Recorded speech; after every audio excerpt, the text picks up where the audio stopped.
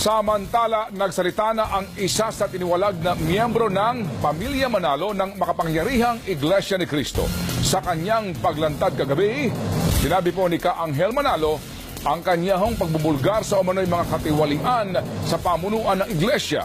Pero itinanggi niyang sila'y na-hostage. Nagpapatrol, Cory Quintos. Handa po kami tumulong po sa inyo rito.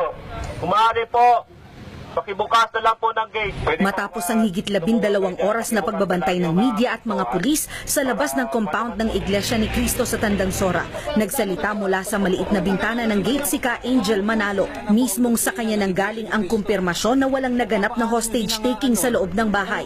Gawa umano ng isang batang kasama nila ang mga karatulang nakakaalarma na inilabas kahapon. Meron kasing bata na kasama kami, siguro nahihirapan na rin sa mga nangyayari. Lalagay siya ng mga kung anong gusto niyang ilagay. Si QCPD District Director Joel Pagdilaw rin ang nagkumpirma na walang abduction na nangyari matapos sila mag-usap ni Ka Angel. Ligtas sila doon sa loob. So walang abduction na sinasabi rito. Nagsimula ang tensyon sa lumabas na YouTube video kung saan humihingi ng tulong sina Ka Angel at kanyang inang si Ka Tenny at nagsasabing nanganganib ang kanilang buhay. Sa panayam sa media, binunyag ni Ka Angel na maraming korupsyon na nangyayari sa iglesia. Tinukoy niya ang paggawa ng mga istruktura, partikular na ang Philippine Arena. Nanawagan siya sa kanyang kapatid na si Executive Minister Eduardo Manalo na huwag makinig sa mga sinasabi ng mga nakapaligid sa kanya.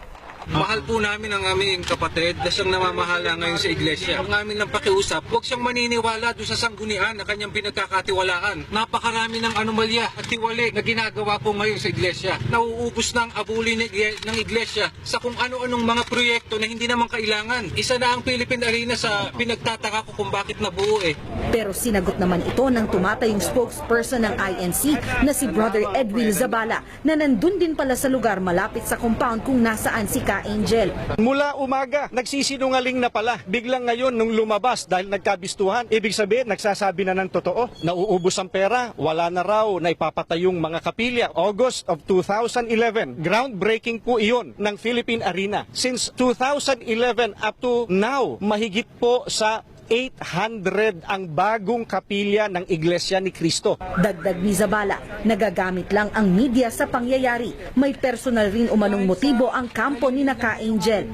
Yan nga ba ang dahilan kung bakit nagkaroon ng pagtitiwalag po Sapagkat walang lugar sa Iglesia ni Cristo yung ayaw sumunod sa aral ng Biblia ukol sa pagsasabi ng katotohanan. Meron pong ibang agenda. Ngayon, kung ano yung agendang yon, sila lang po nakakaalam. Nagpunta rin sa Tandang Sora kagabi si Mayor Herbert Bautista para humingi ng update kay Pagdilaw. May panawagan naman si Ka Angel sa mga miyembro ng INC. Sa lahat po sana ng mga kapatid sa Iglesia ni Cristo, tumungo na po kayo dito sa lugar na ito. Ipagsanggalang po natin ang Iglesia. Huwag po natin papayagan na ito po ay madungisan. Bagamat internal sa INC ang nangyayari ngayon, mananatili pa rin ang mga pulis sa paligid ng compound para siguruhin ang katahimikan. Cory Quintos, ABS-CBN News.